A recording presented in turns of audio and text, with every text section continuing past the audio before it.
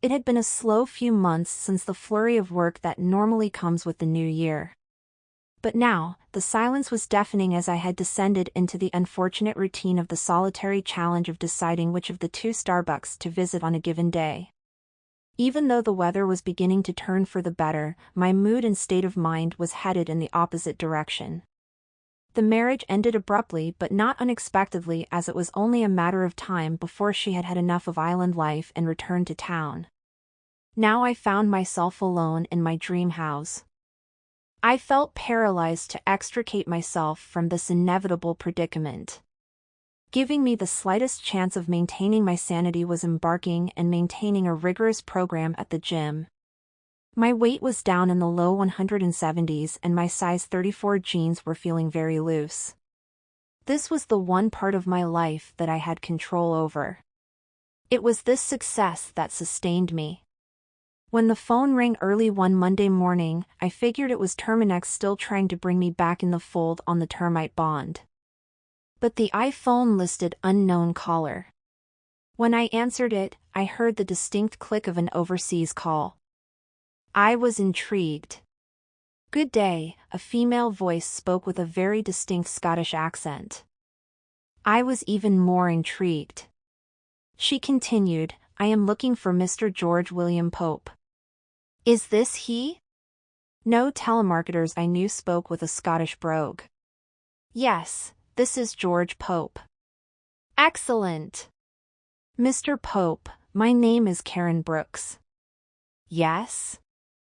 "I am Vice President of Human Resources for DSS, Limited. We are located in Edinburgh, Scotland." Karen used the parent company name for fake bake.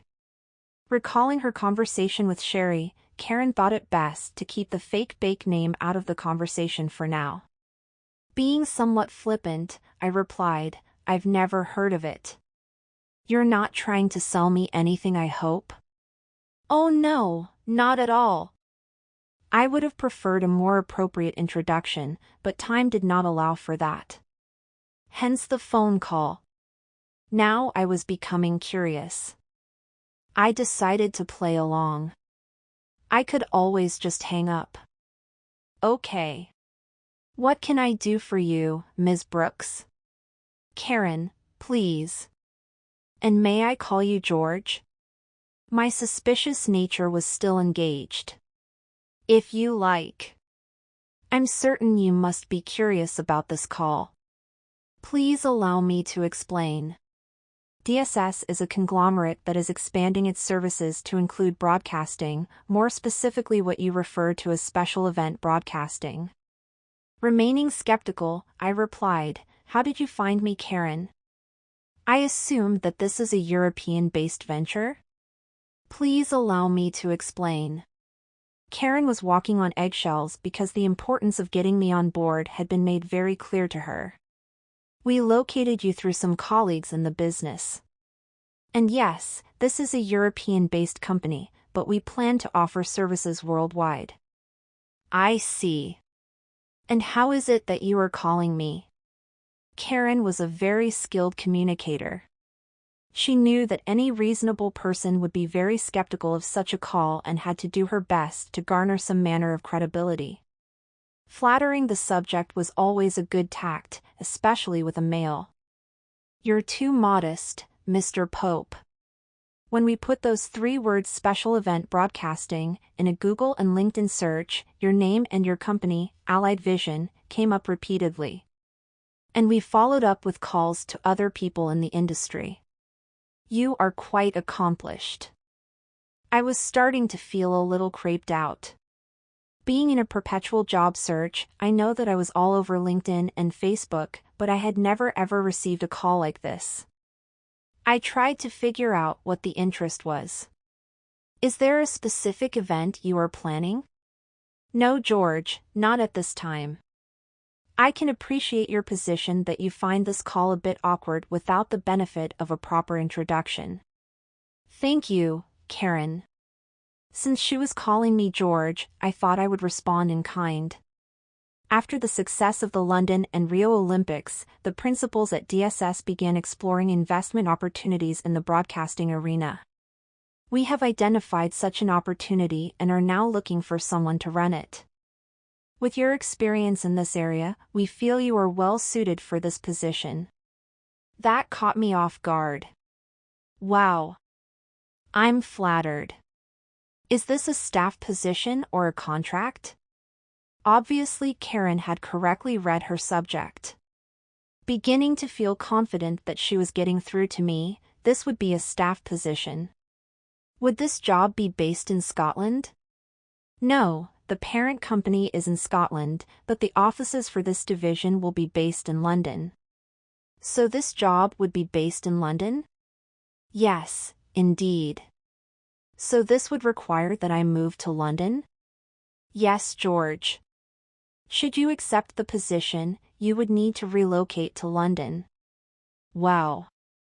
I've always wanted to live in Europe, England especially. I allowed my excitement to get the better of me. What is your time frame for filling this position? When would it begin? Working from her plan to meet Sherry's directive to get me in London immediately, Karen explained, that is the problem, George. This acquisition is coming through much more quickly than anticipated. We need to fill this position immediately. Should you be interested in taking this position, would that present a problem for you? For me to move to London? Now? Yes. While I will detail the specifics in your offer sheet, I can share that you will be given a contract guarantee for at least 3 years and of course all moving expenses. What about my house? I just built a house. Without hesitation, Karen replied, DSS, Ltd would buy your home at fair market value. Really? Yes, George. It is part of the standard moving package for DSS executives. You will certainly be briefed on all of that when we meet. Not only was starting to sound legitimate, it was sounding like I had the job. You know what they say when something seems too good to be true. There had to be a but in here someplace. If your schedule permits, we would like to bring you to London this week for a couple of days of meetings. I finally threw caution to the wind. I was a naturally suspicious person, but I was at a loss as to what kind of scam this could be. Thankfully, I was given the opportunity to step back and take a breath. Karen suddenly interrupted, George, please forgive me. I am dreadfully sorry. I must take this call from Australia. Could I please ring you back in a few minutes? I am dreadfully sorry. No worries, Karen. I'll wait for your call. Brilliant. I'll ring you right back. I put the iPhone down on my nightstand and just stared at it. How could this be legit? I'd never heard of these people. And why me? I did some quick checking online. Yes, there it was in the London Guardian. DSS Ltd considers acquisition of majority stake in WTN, World Television News. While online, I looked at my bank account and today's stock market. It was all the incentive I needed to take a leap of faith and not be such a hard ass. Aside from the chance to fulfill a dream to live in Europe, this might give me the chance to get myself upright again. It had been almost 2 months since she left. The thrill of finally finishing the house had been quickly overshadowed by the failure of my marriage. To make matters worse, work had been very slow and I was hoping for a positive change. Perhaps this was it? Before I had the chance to think the call might have been a very cruel hoax, the phone rang and it was my new best friend, Karen Brooks. She fell over herself apologizing and I assured her it was fine and told her I would be delighted to come to London and meet with the people at DSS Ltd. I'm very pleased to hear that, George. In order to meet with the team before they head off to Australia, we were hoping you could come immediately, today. I've taken the liberty of booking you passage on tonight's British Airways departure from Vancouver to Heathrow. Flight 84 departs this evening at 9:10. Would that be possible? I assume that your passport is current? It is current, thank you, Karen. And after a quick scan at the clock, and yes, that flight will work just fine. After a brief pause, Karen replied, "Brilliant. Your ticket will be at the British Airways counter. We'll have a driver meet you at Heathrow and take you to your hotel. I'll plan to arrive in London midday tomorrow." "How long should I plan to be in London, Karen?" "Your return is booked for Friday evening. It departs Heathrow at 5:20 and arrives in Vancouver at 7 in the evening. Will that work for you?" "Yes, it will. I just needed to know how much to pack." "Pack something warm. I hear that the weather there has been dreadful." "Thank you, Karen. I guess I will see you tomorrow." "Very well, George. Have a good trip." The rest of the day was a blur.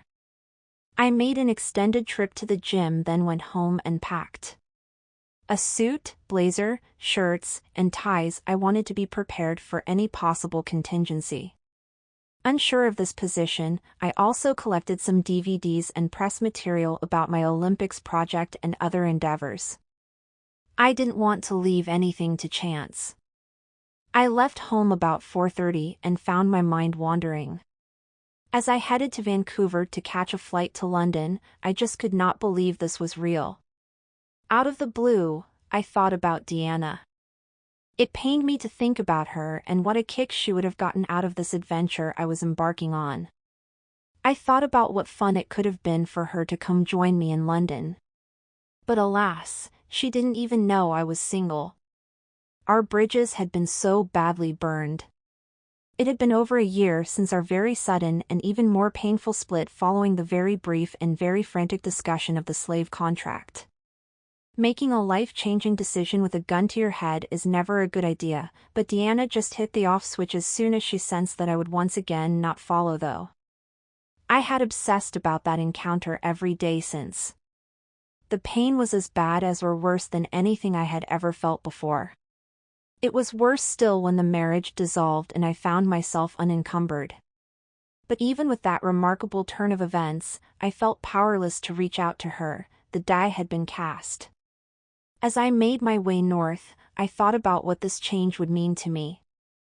I kept going back to Deanna. If there was anyone in the world that I wanted to share this remarkable turn of events with, it was her. But I had let my pride get in the way, my fragile ego, and lashed out at her when in reality, I was the only one to blame. As the 747 took off from Vancouver, I felt like I was in a dream. This came out of nowhere. Yesterday at this time, I was sitting in Toby's having a beer wondering what I was going to do with my life. Now just 24 hours later, here I was sitting in business class on British Air going to London to interview for a job that sounded like it was mine. As I sipped the champagne and nibbled on the canapés, I realized that I didn't even tell anyone I was leaving town, no less going to London. Not that anyone would give a damn what I was doing. I stared out the window and thought to myself that if I were to drop off the face of the earth, no one would care. That was exactly what Sherry was counting on. Walking out of customs at Heathrow, I picked up the driver holding up the iPad emblazoned with Pope. Within a few minutes, I was seated in the back seat of the black sedan headed into London. "First time in London, sir?" "No. I've been here a few times. I enjoy the city very much." We continued making small talk the rest of the ride. Fortunately, we avoided most of the rush hour traffic and found ourselves at the Marriott Grosvenor Square in Mayfair, one of my favorite locations in London. Fortunately, everything at check-in was in order and I was quickly in my room. There was a note from Karen at the front desk inviting me to dinner nearby at 8 p.m. tonight. She also left me an iPhone to use while I was in London. A very nice touch, I thought. After a quick shower, I was sound asleep, working off the jet lag. I woke up late in the afternoon. Looking out on Grosvenor Square, it was already dark. My body wanted to go back to sleep, but I decided to go for a walk around the neighborhood to shake out the cobwebs. Walking around this lovely square, bookended by the American and Canadian embassies, I suddenly became invigorated, excited about this whole adventure. I let go of my fear and suspicions and decided to throw caution to the wind. I returned to my room and spent the time before dinner researching DSS Ltd. I wanted to put my best foot forward in this initial face-to-face meeting with Karen Brooks. As I reviewed the company's annual report, I was struck at how odd it seemed for them to branch out into broadcasting. It was not in any way related with their other businesses. As I reviewed operations in haute cuisine, high-end women's accessories and then perfume, a shock went through me. Something seemed odd here, and when I saw that perfume was among the businesses, it struck a chord with me, but I could not place it. It didn't make sense. It was late and I dropped my research and quickly dressed for dinner. Once again, I made every effort to put forth the best impression: suit, tie, Rolex, class ring, and even cufflinks. It was a short walk to the restaurant just east of the square. Called Mista, it was a small family Italian restaurant. A lovely choice. Even though I was 10 minutes early, Karen was already seated. The maitre d' walked me to the table and my host rose and extended her hand as I approached the table. "Mr. Pope, I am delighted to meet you." "Likewise, Ms. Brooks." "Thank you very much." Karen was older, very attractive, brunette with her hair pulled back tight in a bun. She had an air of total confidence about her.